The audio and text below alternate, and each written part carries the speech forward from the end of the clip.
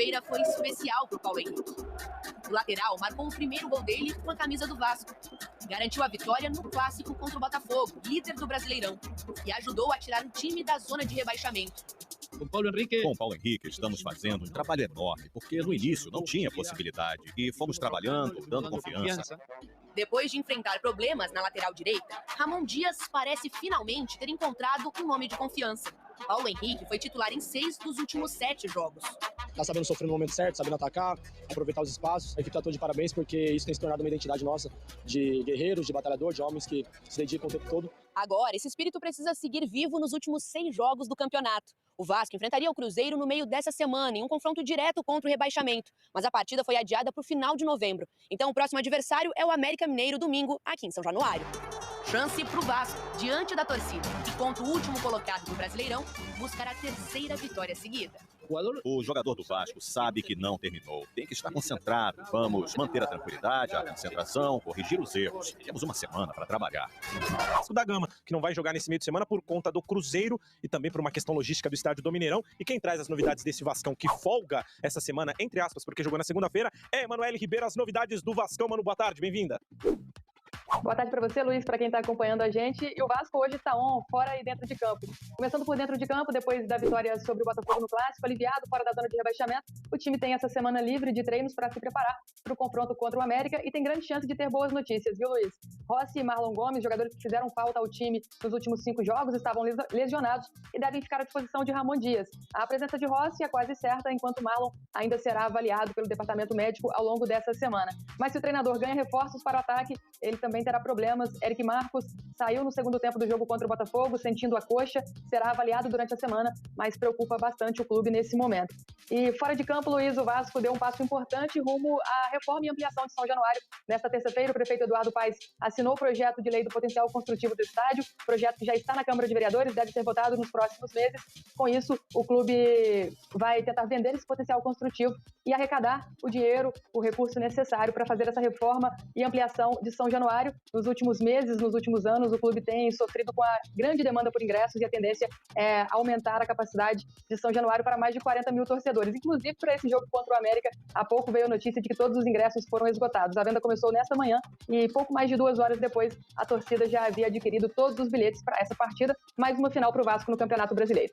Mais uma e a necessidade de vitória. Emanuele Ribeiro, obrigado pelas informações. Boa quarta-feira e bom restante de trabalho para você. O que a Manu trouxe sobre o Vasco lá no GE. Globo tem todo o passo a passo na matéria dela e do Marcelo Baltar sobre essa questão do potencial construtivo da reforma de São Januário. Todos os detalhes na página do Vasco. E o Pedrinho, ex-comentarista, nosso parceiro aqui do Sport TV, já está costurando alguns detalhes para o name rights, caso ele seja eleito presidente do Vasco.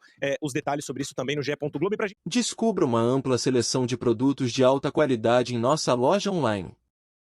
Desde moda até eletrônicos, temos tudo o que você precisa.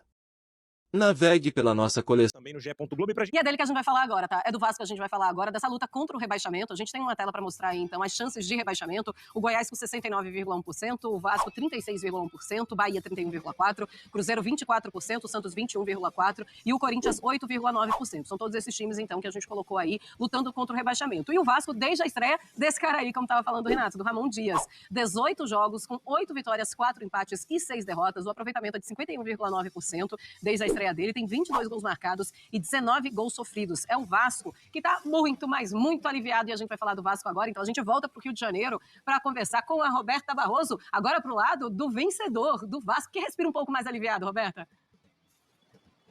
Verdade, Marcela ganhou um novo fôlego com essa vitória, deu mais um passo rumo a ficar fora da zona de rebaixamento, conseguiu deixar o Z4 no momento, tem 37 pontos, mais a mesma pontuação do Cruzeiro, só que o Cruzeiro tem um jogo a menos e as duas equipes ainda vão se enfrentar, inclusive nessa próxima rodada, só que esse jogo passou para o dia 22 de novembro, então daqui mais ou menos 2 semanas tem esse confronto direto na luta contra o rebaixamento. Vocês falando aí sobre o Ramon Dias, né, no Vá Barrar, ontem logo depois que a partida terminou, precisava ver a emoção dele, ele que é bastante intenso ali também na beira do gramado, deu um abraço muito forte no filho, Emiliano Dias, que é praticamente a sombra do Ramon, e a gente vê essa sintonia também deles com a torcida que empurrou o Vasco o tempo todo ontem em São Januário. Foi uma festa bonita, um Vasco empenhado que se entregou o tempo todo, desde quando o Botafogo até começou o jogo controlando as ações, mas o Vasco queria muito esse resultado, queria muito essa vitória, e apareceu ali aquele herói improvável que foi o Paulo Henrique, acabou marcando o lateral e conseguiu dar essa vitória para o Vasco da Gama, para levantar a torcida de fato em São Januário. Então, aquele grito de alívio alívio, pelo menos momentâneo, já que o Vasco vem vivendo a situação complicada na tabela de classificação. Vem de 2 vitórias, então agora seguidas, e quer seguir, né, continuar aí nessa luta, recuperando fôlego a cada rodada para conseguir escapar do Z4. Quem chega agora, então, nesse Sport Center é o técnico Ramon Dias. El equipo en el primer tiempo me parece que estuvieron muy bien en la presión, en apretar bien los centrales, cuando salían no le dábamos espacio, estuvieron muy precisos, muy atentos. Hablábamos que teníamos que tener los primeros 30, 35 minutos teníamos que estar muy atentos porque es un equipo peligrosísimo Botafogo.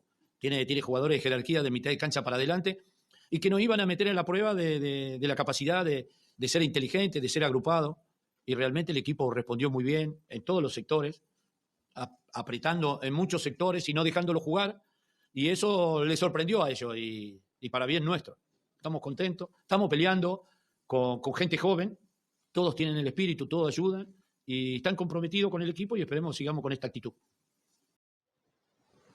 Tá aí, então, portanto, o técnico Ramon Dias. A gente destaca também o sistema defensivo do Vasco ontem, com o Maicon, Medel. Todo o sistema defensivo mostrou uma solidez ali que não deixou o Botafogo chegar. E o próprio lateral acabou também fazendo a diferença, marcando esse gol. Então, o Vasco acorda fora da zona de rebaixamento e quer se manter. Então, o próximo compromisso seria contra o Cruzeiro. Será só no dia 22 de novembro. E o próximo jogo, então, domingo, contra o América Mineiro, em São Januário. Marcela. Valeu, Roberta. Obrigada. Ou seja, também dá aquela tranquilidade. Pensando, jogar com o América é fácil. Claro que não. O Internacional tá aí pra dizer isso. O Atlético Mineiro. O Atlético Mineiro tá aí para falar isso também, mas o Atlético assim, tem uma coisa de clássico, pode até ser um pouquinho diferente essa imagem que você tem de Atlético e América. Mas é um Vasco que agora gostou da história, gostou do jogo. E tem Ramon Dias ali deixando também os jogadores muito à vontade nesse momento. O viés de baixa que a gente vê no Botafogo, a gente vê completamente ao contrário no Vasco, Renato? Total.